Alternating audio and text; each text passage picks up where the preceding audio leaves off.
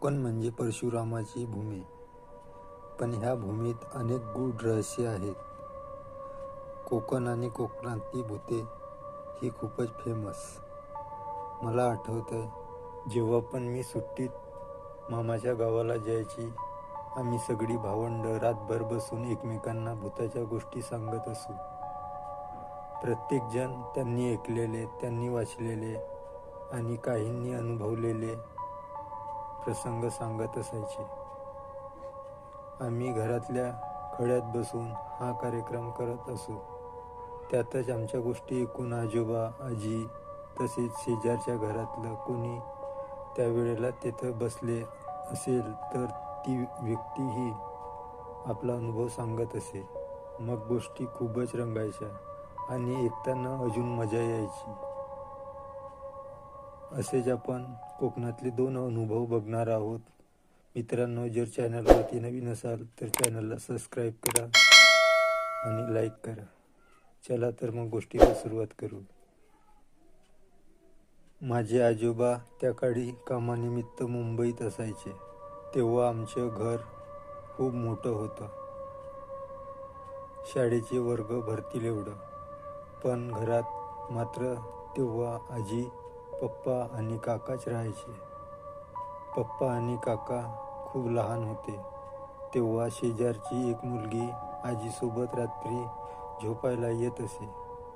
तेव्हा घड्याळेही नव्हते, त्यामुळे नक्की किती वाजले हे कळणं कठीण होते. तेव्हा आमच्या घराच्या पाटल्या दाराला एक आंब्याचे झाड होतं. खूप आंबे धरायचे त्या झाडाला आणि ते गोडही असायचे. त्यामुळे वाडीतल्या सगळ्यांची नजर त्या आंब्याच्या झाडाकडे असायची. पण आजी उठेपर्यंत खाली पडलेले सर्व आंबे कोण ना कोण घेऊन जात असे.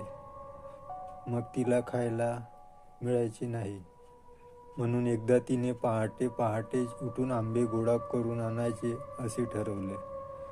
ती तशी लवकर उठली आणि खिडकीतून बाहेर बघितलं तर तिला उजाडलं असं वाटलं. मग तिने शेजारी झोपलेल्या मीनूला, जी तिच्याबरोबर झोपायला यायची, तिला पण उठवलं आणि बोलली, "मिनग्या उठ, उजाडलंसा वाटता. चल, कोणी येऊच्या आधी आंबे गोळा करून आणूया." मग काय, मीनू पण उठली.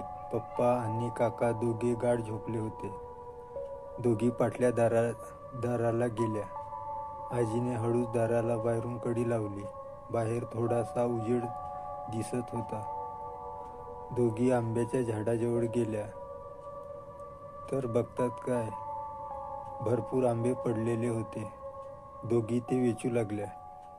त्यांची ओटी भरली तरी आंबे काही संपाचे नाव घेत नव्हते, अजून पडत होते. इतक्यात आजीला काठीचा आवाज आला आणि जणू काही त्यावर कोणी घुंगरू बांधले असतील अगदी तसा. आजीने आवाज ऐकला, पण आंबे वेचायच्या नादात तिने दुर्लक्ष केले.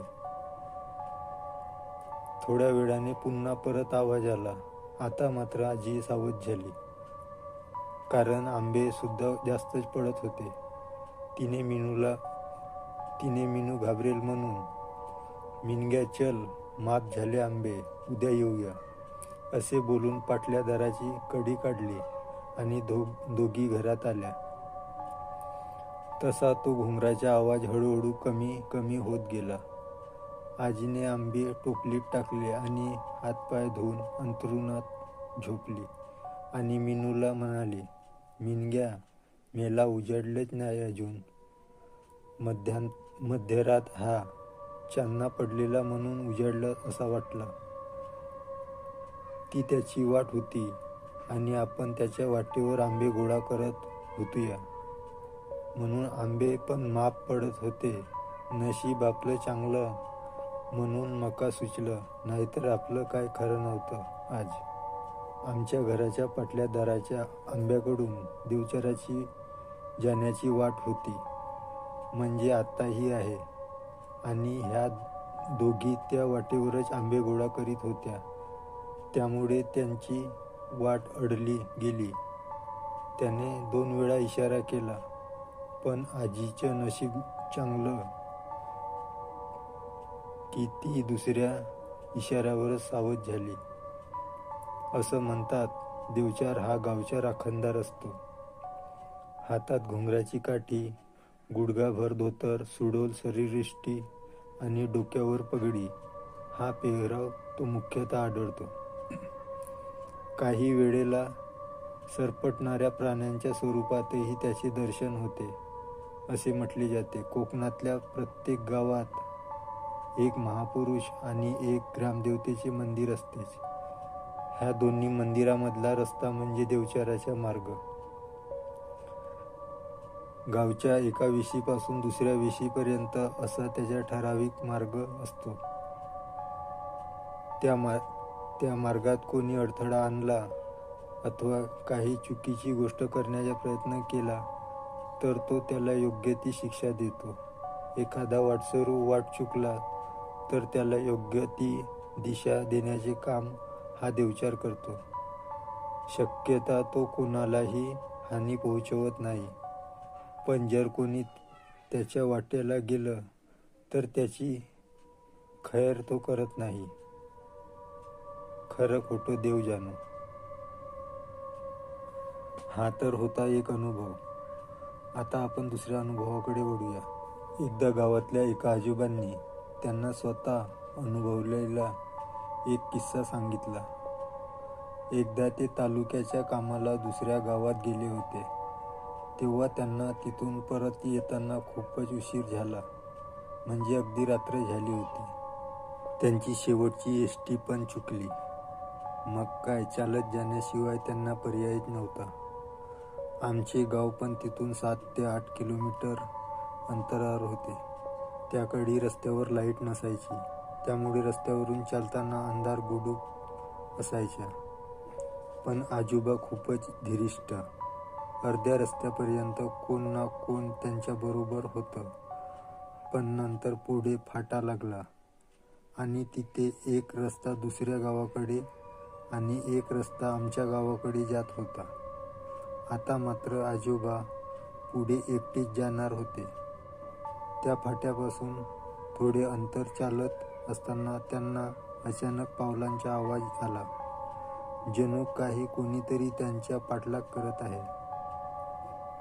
पण आजोबा त्या आवाजाकडे लक्ष न देता चालत होते. त्यांना थोडाफार अंदाज आला होता की घर यायला अजून वेळ आहे. एव्हाना मध्यरात्र झाली होती. त्यांनी मुख्य रस्ता सोडला आणि ते पायवाटेला लागले. ती वाट माळरानावरून घराकडे जाणारी जवळची वाट होती. ते कुठेही न थांबता झरझर चालत होते. पण मध्येच ते वाट चुकले कशी हे त्यांनाही समजले नाही. ते परत फिरून त्याच जागेवर येत होते. बहुतेक त्यांना चकवा लागला होता. आजोबांना काहीच कळत नव्हते काय करावे ते. त्यांनी कुलदेवतेला साकडं घातलं. तेवढ्यात अचानक एक उंच धिप्पाड माणूस त्यांना भेटला आणि त्याने तुम्ही इथं कसे वगैरे खूप प्रश्न विचारले. तेव्हा आजोबांनी त्या माणसाला सगळी घडलेली हकीकत सांगितली. तेव्हा त्या माणसाने आजोबांना बोलता बोलता कधी त्यांना त्यांच्या घराजवळ सोडले हे आजोबांना पण कळाले नाही.